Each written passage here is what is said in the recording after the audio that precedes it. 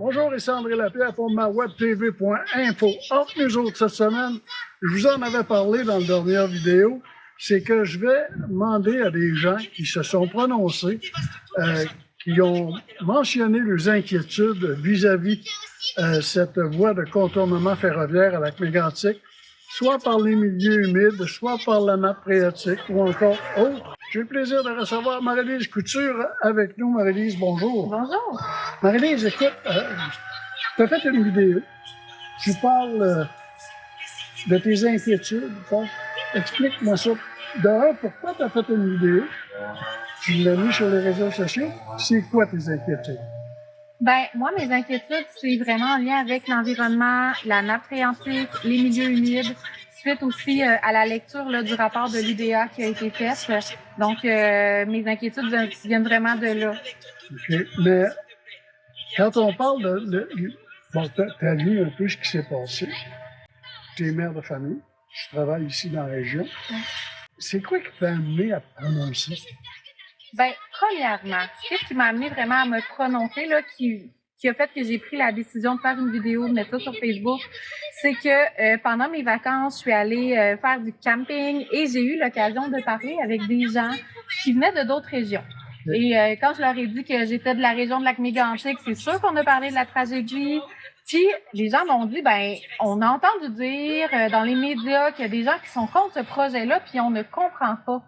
Donc, voyons, expliquez-moi. Fait que c'est là que, dans le fond, je leur ai expliqué qu'il allait avoir peut-être des risques pour la nappe phréatique, qu'il allait avoir peut-être des risques pour les milieux humides. Puis on a eu une belle discussion, puis c'est là que les gens ils ont dit « Ah, OK, ben ça a du bon sens, mais j'ai l'impression que ces informations-là sont pas connues. » Maintenant, pour beaucoup de gens, comme ceux que tu as rencontrés, à Lac-Mégantic, on est tous encore traumatisés par la tragédie du train. On ne met pas ça de côté. Oui, il y a possiblement encore des gens qui ont souffert de ça, mais c'est pas toute la communauté. En tout cas, une grande majorité de la communauté s'en est refait. Mais pourquoi on pense, quand on pense à ça, c'est pas parce qu'on veut mettre de côté qu'il y a eu 47 victimes et qu'il y a eu des choses. C'est qu'on s'inquiète pour le futur, on s'inquiète pour l'avenir.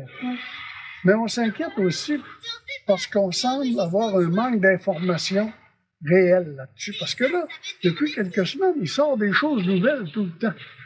Est-ce que ça te fait peur? Oui, ça me fait peur, effectivement.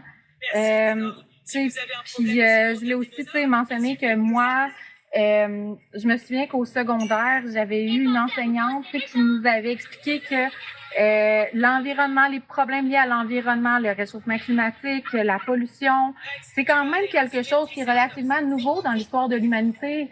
C'est vraiment, qu'elle avait dit, là, la phase d'industrialisation qui a amené ça. Puis ça fait moins de 100 ans. Puis moi, à cette époque-là, je me souviens que je m'étais sentie un petit peu en colère. J'avais ressenti du mépris, face à ces décisions-là qui avaient été moins bonnes, disons, pour l'environnement. Puis là, je crains qu'avec ce projet-là, ben qu'on reproduise des mauvaises décisions qui vont avoir un impact sur nos générations futures. Parce que, disons, à cette époque-là, la phase de l'industrialisation, on n'avait pas accès à toute l'information, on n'était pas aussi instruits, il y avait peut-être pas d'études plus poussées qui étaient faites, fait que les gens, ils savaient juste pas. Mais là, je trouve qu'on n'a comme pas de raison. On a l'information, on sait qu'il va y avoir des risques, puis on va quand même de l'avant. Moi, c'est ça qui me dérange, puis j'ai peur que, dans le fond, les générations futures en payent le prix. Est-ce que tu penses qu'on est en train de jouer à pile ou face avec l'avenir?